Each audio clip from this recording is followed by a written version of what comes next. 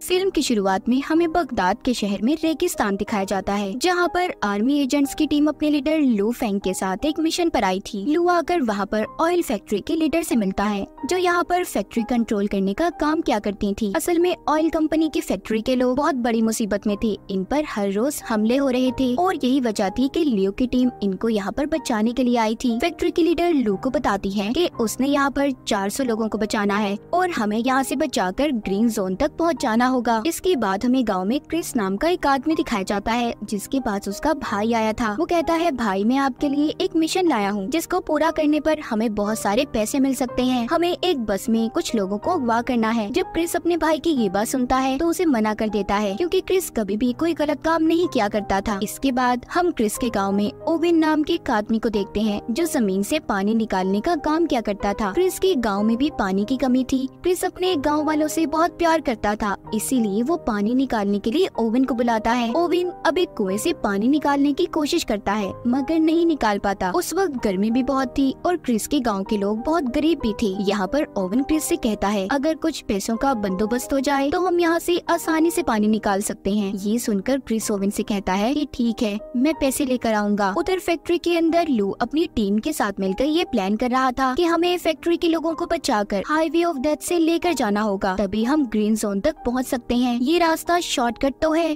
पर बहुत ज्यादा खतरनाक भी। इसके बाद यहाँ पर फैक्ट्री की लीडर सारे सिस्टम को लॉक करके एक पेन ड्राइव में महफूज करके अपने बैग में रख लेती है, ताकि सब कुछ उस ड्राइव में महफूज हो जाए और किसी को भी कोई खतरा ना हो। फिर वो अपना बैग अपनी एक असिस्टेंट को दे देती है। दरअसल फैक्ट्री के लीडर की असिस्टेंट लू की बेटी होती है। उसकी अपनी डैड यानी कि लू के साथ लड़ाई हुई थी, क्योंकि जब उसकी मॉम की मौत हुई तो लू उनके पास नहीं था। इसी वजह से लू की बेटी अपनी डैड से नाराज थी और नफरत किया करती थी। जिसके बाद सभी लोगों को बस में बिठाकर ग्रीन जोन की तरफ ले जाया जाता है। जल्द ही ये हाईवे ऑफ डेथ के पास पहुंच गए थे। वहाँ का मंजर देखकर लियो की बेटी डर गई थी, क्योंकि आज तक कोई वहाँ से जिंदा नहीं गया था। हर तरफ गाड़ियाँ ही गाड़ियाँ थी, जिनका एक्सीडेंट होने की वजह से बहुत बुरा हाल था। लियो अपनी टीम से चारों तरफ नजर रखने का कहता है और फिर अपनी बस को लेकर आगे बढ़ता है, मगर रास्ते में 2 गाड़ियाँ थी, जिसकी वजह से रास्ता रुका हुआ था। ये देखकर लू की बेटी कहती है, हमें बस को यहीं पर रोक देना चाहिए, मगर लू ऐसा करने के लिए तैयार नहीं था। वो कहता है, मैं जानता हूँ ये गाड़ियाँ क्यों खड़ी हैं और हम बस को यहाँ पर किसी कीमत पर नहीं रोक सकते। हमें हर हाल में यहाँ से निकलना होगा। तभी जब ये उस बस को गाड़ियों के पास लेकर जाता है तो एक जोरदार धमाका हुआ था, जिससे बस में बैठे सभी लोग बहुत ज्यादा डर जाते हैं। लू ने फिर भी अपनी बस को नहीं रोका था, वो चलता रहता है। दरअसल ये जितनी भी बसेस थी एक खास किस्म के मटेरियल से बनाई गई थी, इसीलिए इन पर गोलियों और बॉम्ब्स का कोई असर नहीं हुआ था। लू अपनी बेटी को बताता है, ये गाड़ियों का बीच में खड़ा होना दरअसल हमें गुमराह करना था। अब जब ये आगे जाते हैं तो लू देखता है कि रेत का एक बहुत बड़ा तूफान इनकी तरफ बढ़ रहा है, मगर ये उस तूफान से भी नहीं घबराता और बस को लेकर आगे बढ़ता रहता है। तभी यहाँ पर क्रिस की टीम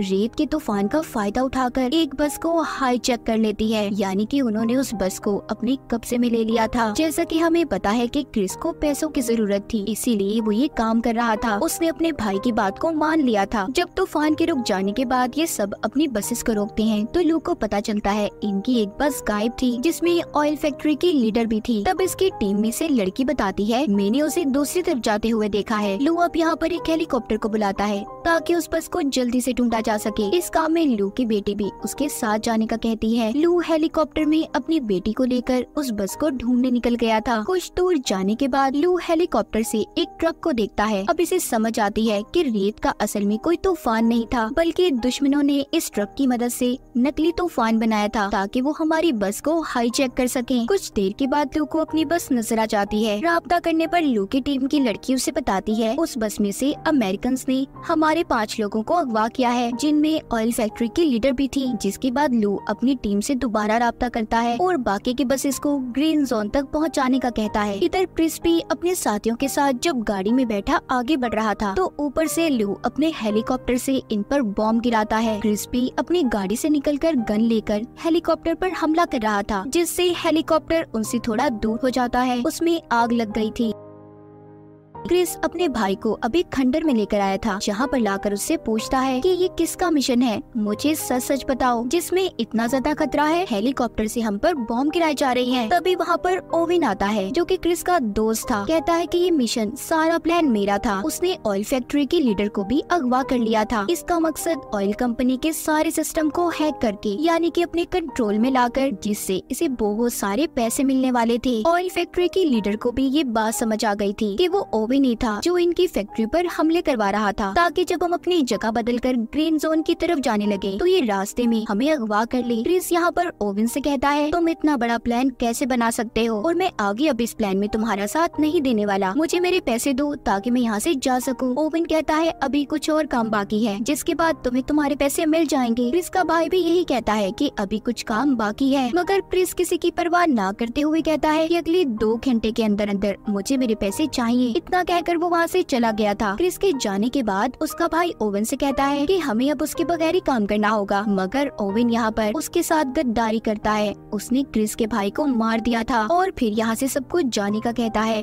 उधर क्रिस भी अपने गाँव में पहुँच गया था। उसे अपने भाई पर बहुत गुस्सा आ रहा था क्योंकि उसने सही बात नहीं बताई थी उसे, जिसके बाद वो थोड़ा खुद को सुकून में लाने के लिए बच्चों के साथ बाहर खेलने चला गया था। तभी उधर ल्यू आता है जो कहता है कि मैं यहाँ पर अपने लोगों को बचाने आया हूँ जिनको तुमने अगवा किया है। मैं जानता हूँ मेरे लोग तुम्हारे पास हैं। क्रिस भी जवाब देता है कि मैं भी अपने गांव वालों को बचा रहा हूँ। जैसा कि हमें पता है क्रिस ने ये काम भी पैसों की खातिर सिर्फ अपने गांव वालों के लिए किया था, ताकि ये उनके लिए पानी का इंतजाम कर सके, और ये सारा प्लान ओविन का था ताकि क्रिस भी उसका साथ दे सके, मगर ओविन ने इसे धोखा दे दिया। खैर इसके बाद लू वहाँ से चला जाता है। कुछ देर के बाद क्रिस एक खाली फैक्ट्री में आया था जहाँ पर वो अपने भाई की लाश को देखता है। तभी उधर लू भी आ गया था। इन दोनों की यहाँ पर बहुत लड़ाई होती है। कभी क्रिस लू पर भारी पड़ रहा था तो कभी लू, क्योंकि क्रिस को यहाँ पर ऐसा लग रहा था कि उसके भाई को लू ने मारा होगा। मगर जब वहाँ पर कोई चीज क्रिस के भाई पर गिरने वाली थी तब लू उसे बचा लेता है। यहाँ पर उसको पता चल जाता है कि उसके भाई को लू ने नहीं मारा बल्कि इसमें ओविन का हाथ है। तभी वहाँ पर इन पर गोलियां बरसने लगती हैं। दरअसल यहाँ पर भी ओविन ने अपने गुंडों को इन्हें मारने के लिए भेजा था, मगर ये उन गोलियों का मुकाबला करते हैं। क्रिस उन पर बॉम्ब गिराता है जिससे बहुत बड़ा धमाका हुआ था। खैर वो गुंडे तो वहाँ से भाग गए थे, मगर इस उसमें क्रिस की गाड़ी भी बर्बाद हो जाती है। ये दोनों समझ गए थे कि इनको एक ही इंसान को पकड़ना है और वो है ओविन, जो इन दोनों का दुश्मन था। क्रिस कहता है कि मैं जानता हूँ इस वक्त ओविन कहाँ पर होगा। उधर दूसरी तरफ ओविन फैक्ट्री के लीडर और उसके कुछ लोगों को अपने साथ फैक्ट्री में ले आया था, जहाँ पर वो सिस्टम को खोलने की कोशिश करता है, मगर उस पर एक कोड लगा हुआ था। ओविन फैक्ट्री के लीडर से जब कोड के बारे में पूछता है तो वो नहीं बताती। तभी वो उसके 2 लोगों को मार देता है, जिसे देखकर फैक्ट्री के लीडर डर गई थी। अब वो उसके बेटे को मारने की धमकी देता है। तो ये सुनकर फौरन फैक्ट्री की लीडर उसे बताती है कि ये कोड एक पेन ड्राइव में है जो मैंने अपने बैग में रखी थी, पर मैं ये नहीं जानती कि वो कहाँ पर है। मुझे बस इतना याद है कि वो बैग मैंने अपने असिस्टेंट को पकड़ाया था। तभी यहाँ पर फैक्ट्री की लीडर का बेटा अपनी मॉम के फोन पर कॉल करने का कहता है, जिससे उनके फोन की लोकेशन के बारे में पता चल जाएगा कि फोन और बैग कहाँ पर है। असल में वो बैग ल्यू की बेटी के पास था जो इस वक्त क्रिस के गाँव में थी। उधर ही गाँव में लोगों को बाकी के लोगों के ग्रीन जोन में पहुँचने की खबर मिल जाती है। यहाँ पर उसकी बेटी उससे पूछती है कि आप क्रिस पर कैसे भरोसा कर सकते हैं। लू बताता है कि वो एक अच्छा इंसान है, लोगों की भलाई सोचता है, हम उस पर यकीन कर सकते हैं। तभी क्रिस को लू की डायरी मिलती है जिसे उठाकर वो उसके पास लेकर आया था। उसे कहता है कि क्या तुम इस लड़की को पसंद करते हो? तुम कितने खुशकिस्मत हो ना कि तुम्हें ऐसी लड़की मिली। तुम हर वक्त उसकी तस्वीर को अपनी डायरी में रखते हो। लू यहाँ पर बताता है तुम गलत सोच रहे हो,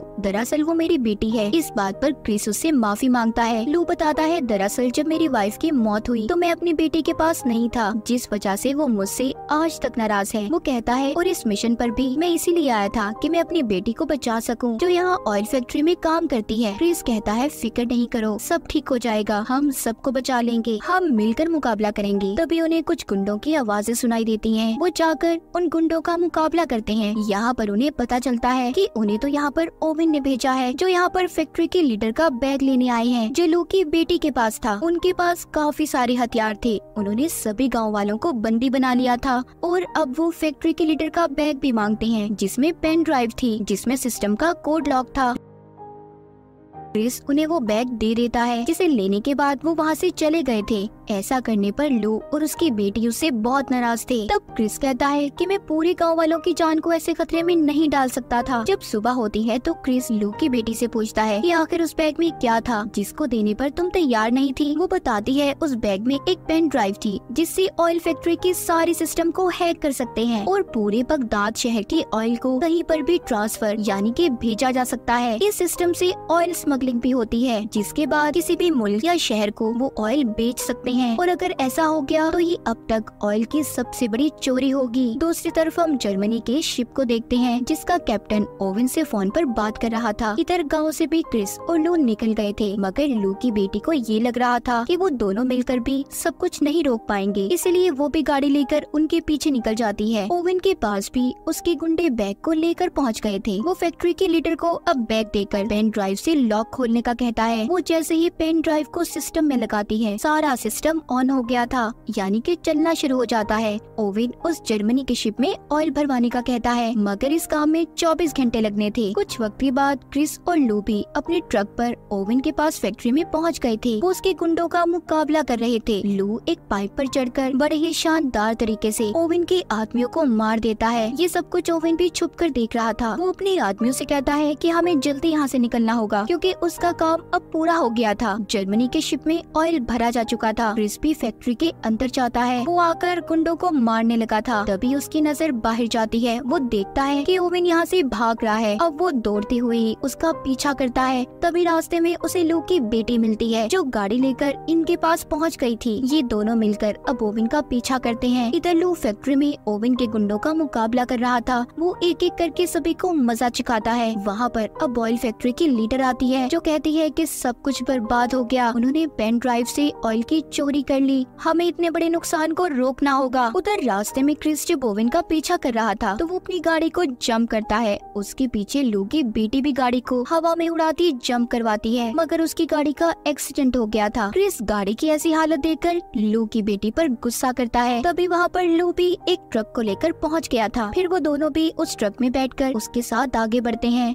क्रिस लू को ओवन तक पहुँचने का शॉर्टकट रास्ता बताता है। फिर ये उस ट्रक से रॉकेट लॉन्चर छोड़ने लगते हैं। दरअसल ये वही ट्रक था जिससे नकली तूफान को बस को हाईजैक करने के लिए बनाया गया था। क्रिस अब ओवन तक पहुँच जाता है। वो तेजी से लाकर अपने ट्रक को उसके ट्रक में दे मारता है जिससे जोरदार धमाके होते हैं। ओवन की गाड़ी दूर जाकर गिरी थी। ओवन काफी जख्मी हो चुका था। वो जब क्रिस को देखता है तो अपनी गाड़ी को लेकर वहाँ से भाग जाता है। लू ने वापस क्रिस को अपने ट्रक में बुला लिया था। क्रिस अब ट्रक से लटक गया था। वो रॉकेट लॉन्चर की स्पीड से ओवन की गाड़ी के पास आ जाते हैं जिसकी वजह से उनका ट्रक भी काबू हो गया था। वो एक रस्सी को ओवन की गाड़ी से बांधकर अपने ट्रक को खाई में गिरा देते हैं और खुद उस रस्सी के सहारे लटक गए थे। ये देखकर ओवन उन पर हंस रहा था मगर गाड़ी पर वजन ज्यादा होने की वजह से ओवन की गाड़ी भी खाई में गिर जाती है। लू ने उस रस्सी को छोड़ दिया था। वो अपनी बेटी के साथ एक पत्थर पर जाकर गिरता है और ओवन अपनी गाड़ी के साथ खाई में गिरकर मर गया था। यहाँ पर लू और उसकी बेटी तो बच चुके थे। ये दोनों देखते हैं कि इन्हें क्रिस कहीं पर नजर नहीं आ रहा।